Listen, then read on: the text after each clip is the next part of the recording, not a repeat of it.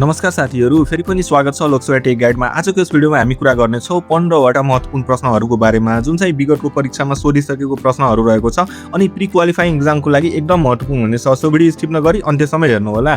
सुरु गरौँ आजको प्रश्नहरू। नम्बर 1 मा रहेको छ सार्वजनिक संस्थान तर्फबाट प्रश्न, जुन चाहिँ रहेको छ प्रजातन्त्र पुनर्स्थापना पश्चात सबभन्दा पहिलो निजीकरण गरिएको संस्था कुन हो वा संस्थान कुन हो? प्रश्न राम्ररी बुझ्नु होला। प्रजातन्त्रको पुनर्स्थापना पश्चात सबैभन्दा पहिलो निजीकरण गरिएको संस्थान कुन हो भने अप्सन हेरौँ। अब अप्सन 1 मा रहेको छ बाँसबरी छाला जुत्ता कारखाना, वा अप्सन नम्बर बी हरिसिद्धि इटा ट्रायल कारखाना, वा अप्सन नम्बर सी ब्रिकुटी कागज कारखाना, वा option number D CDSC clearing limited. के हुन्छ यसको करेक्ट एन्सर? गेस गर्नु त। यसको करेक्ट एन्सर हुन्छ अप्सन नम्बर सी ब्रिकुटी कागज कारखाना चाहिँ प्रजातन्त्रको पुनर्स्थापना पश्चात सबैभन्दा पहिलो निजीकरण गरिएको थियो। अब हेरौँ प्रश्न नम्बर 2, सार्वजनिक संस्थानको सञ्चित नाफा कति पुगेको छ? प्रश्न राम्ररी बुझ्नु होला। सार्वजनिक संस्थानको सञ्चित नाफा कति पुगेको छ भन्ने प्रश्न रहेको छ। अप्सन ए 93 अर्ब 72 करोड, कि अप्सन नम्बर बी 92 अर्ब 72 करोड, वा अप्सन नम्बर सी 91 अर्ब 72 करोड, वा अप्सन नम्बर डी 90 अर्ब 72 करोड। के हुन्छ यसको करेक्ट एन्सर? गेस गर्नु त। यसको करेक्ट एन्सर हुन्छ अप्सन नम्बर बी 92 अर्ब 72 करोड हुन्छ। सार्वजनिक संस्थाको सञ्चित नाफा कति पुगेको छ भने 92 अर्ब 72 करोड छ। सो साथीहरू, हजुरले कतिवटा प्रश्न मिलाउनुहुन्छ भने त्यो कमेन्ट गर्न नबिर्सनु होला लास्टमा। अब हेरौँ प्रश्न नम्बर 3, संस्थानको सुशासन मापन कसरी गरिन्छ? प्रश्न फेरि सुन्नु होला। संस्थागत सुशासन मापन कसरी गरिन्छ भन्ने प्रश्न रहेको छ, वा बुझ्न सक्नुहुनेछ संस्थाहरूको सुशासन मापन कुन आधारमा गरिन्छ?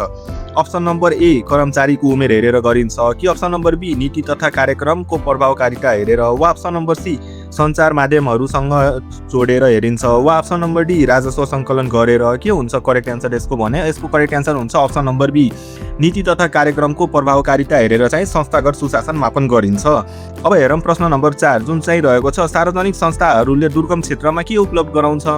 जुन हाम्रो सार्वजनिक संस्थान जस्तो रहेको छ खाद्यान्न संस्थान, नेपाल टेलिकम जस्तो रहेको छ नि, खानेपानी लिमिटेड रहेको छ, त्योहरूले चाहिँ दुर्गम क्षेत्रमा के उपलब्ध गराउँछ भने अप्सन हेरौँ यसमध्ये कुन हुन्छ करेक्ट एन्सर? गेस गर्नु होला र कमेन्ट गर्न नि नबिर्सनु होला। अप्सन ए केवल प्रचार, वा अप्सन नम्बर बी वस्तु तथा सेवा, वा अप्सन नम्बर सी सेना तथा प्रहरी पठाउँछ, कि अप्सन नम्बर डी पर्यटन प्रावधान गर्छ, टुरिज्म खोल्छ। के हुन्छ यसको करेक्ट एन्सर? यसको करेक्ट एन्सर हुन्छ अप्सन नम्बर बी वस्तु तथा सेवा प्रदान गर्छ। सार्वजनिक संस्थानहरूले चाहिँ दुर्गम क्षेत्रमा के दिन्छ भने वस्तु र सेवा सुविधा दिन्छ। त्यस्तै अब हामी हेर्नेछौँ प्रश्न नम्बर 5, क्युआर कोड प्रयोग गर्ने नेपालको पहिलो ब्याङ्क कुन हो? प्रश्न रहेको छ क्युआर कोड प्रयोग गर्ने नेपालको पहिलो ब्याङ्क कुन हो? अप्सन ए नबिल ब्याङ्क, वा option number B Himalayan bank, वा option number C Everest bank, वा option number D Kamana Bikas bank. कुन हुन्छ क्युआर कोड प्रयोग गर्ने कुन ब्याङ्क रहेको छ सर्वप्रथम नेपालमा भने यसको करेक्ट एन्सर के हुन्छ भने नबिल ब्याङ्क हुन्छ। अप्सन नम्बर ए नबिल ब्याङ्कले चाहिँ क्युआर कोड सर्वप्रथम नेपालमा प्रयोग गरेको थियो। त्यस्तै अब हामी हेर्नेछौँ प्रश्न नम्बर 6, जुन चाहिँ यस प्रकार रहेको छ, नेपालमा बजेट ल्याउनु कानुनी व्यवस्था जुन रहेको छ नि त्यस अनुसार स्थानीय तहले हरेक वर्ष कुन मितिभित्र बजेट ल्याउनु पर्दछ? जुन हाम्रो बजेट हरेक वर्ष आउँछ नि त्यो अब पर डे सङ्घ किल्टीको डिफ्रेन्ट मिति रहेको छ। हेरौँ कुनको के हुन्छ। जस्तै अप्सन रहेको छ असार 10 गतेभित्र स्थानीय तहले ल्याउँछ, कि अप्सन नम्बर बी असार 15 भित्र, वा अप्सन नम्बर सी जेठ 15 गते, वा अप्सन नम्बर डी असार 1 गतेभित्र। यो प्रश्नमा के सोधेको छ त्यो पनि बुझ्नु होला। नेपालमा बजेट ल्याउनु पर्ने कानुनी व्यवस्था अनुसार स्थानीय तहको बारेमा खासमा सोधेको यो प्रश्नले। स्थानीय तहले हरेक वर्ष कुन मितिभित्र बजेट ल्याउनु पर्दछ भने यसको करेक्ट एन्सर के हुन्छ? यसको करेक्ट एन्सर हुन्छ अप्सन नम्बर ए स्थानीय तहले चाहिँ असार 10 गतेभित्र चाहिँ बजेट प्रस्तुत वा ल्याउनु पर्दछ। त्यस्तै अब सेन्ट्रलले कहिले ल्याउँछ? सङ्घले, हाम्रो सङ्घले चाहिँ जेठ 15 गतेभित्र ल्याउनु पर्छ। अनि त्यस्तै अब प्रदेशको कुरा गर्ने भने प्रदेशले चाहिँ असार 1 गतेभित्र पेश गर्नुपर्छ बजेट। त्यस्तै अब प्रश्न नम्बर 7 हेरौँ, नेपाल ब्याङ्क लिमिटेडको स्विफ्ट कोड के हो? सबै ब्याङ्कको आफ्नो आफ्नो स्विफ्ट कोड बेग्लै हुन्छ। अब हेरौँ नेपाल ब्याङ्कको कुन रहेको छ। अप्सन ए आरबिबी वाला रहेको छ, कि अप्सन नम्बर बी, वा अप्सन नम्बर सी, वा अप्सन नम्बर डी। के हुन्छ यसको करेक्ट एन्सर? यसको करेक्ट एन्सर धेरै जसोले गेस गर्नुभयो होला, किनभने यहाँ अगाडिको कोड हेर्न सक्नुहुनेछ। जस्तो आरबिबी रहेको छ राष्ट्रिय वाणिज्य ब्याङ्क, सो यो अप्सन त अटो क्यान्सल हुन्छ। त्यस्तै एडिएल रहेको छ, यो पनि अर्को ब्याङ्कको रहेको छ, यो पनि क्यान्सल हुन्छ। यहाँ नबिल पनि क्यान्सल भयो। सो लास्टमा हाम्रो बच्यो कुन? Option number B Nepal bank लिमिटेडको स्विफ्ट कोड कुन रहेको छ भने NEBL and PKA हुन्छ। त्यस्तै अब हेरौँ प्रश्न नम्बर 8, सरकारीको स्वामित्वमा रहेको एकमात्र निर्जीवन बिमा कम्पनी कुन हो? सरकारी स्वामित्वमा रहेको एकमात्र निर्जीवन बिमा कम्पनी कुन हो भन्ने प्रश्न रहेको छ। Option A Rastriya Beema company limited वा option number B Sagarmatha Lumbini Beema company limited वा option number C Nepal Beema company limited वा option number D Prabhu Beema company limited. कुन हुन्छ यसको करेक्ट एन्सर गेस गर्नु त। यसको करेक्ट एन्सर हुन्छ अप्सन नम्बर ए राष्ट्रिय बीमा कम्पनी लिमिटेड चाहिँ सरकारी स्वामित्वमा रहेको एकमात्र निर्जीवन बीमा कम्पनी रहेको छ अहिले नेपालमा। प्रश्न नम्बर 9 रेडियो नेपालको स्थापना कहिले भएको थियो। प्रश्न राम्ररी सुन्नु होला। रेडियो नेपालको स्थापना कहिले भएको थियो भन्ने प्रश्न रहेको छ। अप्सन ए 2007 चैत्र 20 गते वा अप्सन नम्बर बी 2008 चैत्र 20 गते वा अप्सन नम्बर सी 2009 चैत्र 20 गते वा अप्सन नम्बर डी 2010 चैत्र 20 गते र यसको करेक्ट एन्सर हुन्छ अप्सन नम्बर ए 2007 चैत्र 20 गते रेडियो नेपालको स्थापना भएको थियो। अब हेरौँ प्रश्न नम्बर 10 ब्याङ्किङ क्षेत्रको अक्षर मानिने ब्याङ्क अफ द इयर 2024 अवार्डबाट सम्मानित हुने नेपाली ब्याङ्क कुन हो। अप्सन ए ग्लोबल ब्याङ्क कि option number B citizen bank वा option number C Nepal investment mega bank वा option number D Nabil bank. प्रश्न राम्ररी सुन्नु होला साथीहरू।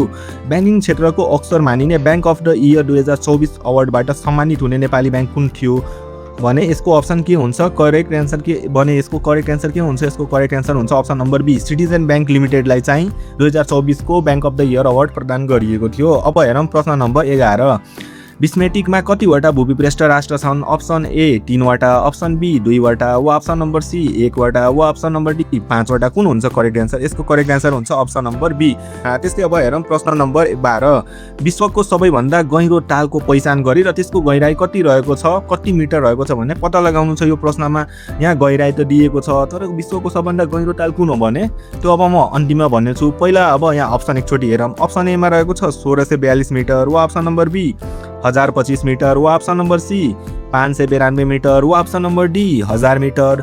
जुन साथीहरूले यसको उत्तर थाहा होला भने कमेन्ट गर्न नबिर्सनु होला। सबभन्दा पहिला विश्वको सबैभन्दा गहिरो ताल कुन हो भने त्यो बुझौँ है। विश्वको सबैभन्दा गहिरो ताल कुन हो भने बैकाल ताल हो। विश्वको सबैभन्दा गहिरो ताल कुन हो भने बैकाल ताल हो बैकाल ताल। अनि त्यसको गहिराई कति रहेको छ भने त्यो करेक्ट एन्सर हुन्छ अप्सन नम्बर ए 1642 चाहिँ बैकाल तालको गहिराई रहेको छ 1642 मिटर रहेको छ। त्यस्तै अब हामी हेर्नेछौँ आजको 13 नम्बरको प्रश्न इम्पायर सिटीको उपनामले कुन देशलाई चिनिन्छ। Option A Bharat option B New York वा अप्सन नम्बर सी नेपाल वा अप्सन नम्बर डी भुटान। कुन हुन्छ प्रश्न राम्ररी बुझ्नु होला। इम्पायर सिटीको उपनामले चिनिने देश प्रश्न रहेको छ। सो यसको करेक्ट एन्सर कुन हुन्छ भने अप्सन नम्बर बी न्युयोर्कलाई चाहिँ इम्पायर सिटीको उपनामले चिनिने देश भनिन्छ। त्यस्तै अब हेरौँ प्रश्न नम्बर 14 भुटानको नक्साको आकार भएको नेपालको कुन जिल्लालाई चिनिन्छ। प्रश्न रहेको छ भुटानको नक्सा आकार भएको नेपालको कुन जिल्लालाई चिनिन्छ। अप्सन नम्बर ए बागलुङ वा अप्सन नम्बर बी शङ्कुसभा वा अप्सन नम्बर सी मनाङ वा अप्सन नम्बर डी रामेछाप। कुन हुन्छ यसको करेक्ट एन्सर के हुन्छ गेस गर्नु त। यसको करेक्ट एन्सर हुन्छ अप्सन नम्बर सी मनाङलाई चाहिँ भुटानको नक्सा आकार भएको नेपाली जिल्ला भनेर चिनिन्छ। त्यस्तै अब हामी हेर्नेछौँ आजको अन्तिम प्रश्न 15 नम्बरको प्रश्न जुन चाहिँ रहेको छ भूगोल तर्फबाट 2078 को जनगणना अनुसार तराई प्रदेशको जनसङ्ख्या कति प्रतिशत रहेको छ भन्ने प्रश्न रहेको छ। प्रश्न फेरि पनि सुन्नु होला। 2078 को जुन जनगणना भयो त्यो त्यसअनुसार तराई प्रदेशको जनसङ्ख्या कति रहेको छ कति पर्सेन्टमा रहेको छ। अप्सन हेरौँ। अप्सन नम्बर ए 6.08% वा अप्सन नम्बर बी 40.31% वा अप्सन नम्बर सी 53.61% वा अप्सन नम्बर डी 30% र यसको करेक्ट एन्सर के हुन्छ गेस गर्नु त। यसको करेक्ट एन्सर हुन्छ अप्सन नम्बर सी 53.61% रहेको छ। 2078 को जनगणना अनुसार तराई प्रदेशको जनसङ्ख्या चाहिँ 53.61% रहेको छ। सो साथीहरू आजको प्रश्नहरू यहीँ समाप्त हुन्छ। यदि यो भिडियो उपयोगी लाग्यो भने लाइक शेयर सब्सक्राइब गरेर हामीले सपोर्ट गर्न नबिर्सनु होला। हामी फेरि भेट्नेछौँ अर्को भिडियोसँग। म भोलि फेरि तबसम्मको लागि धन्यवाद। जय नेपाल।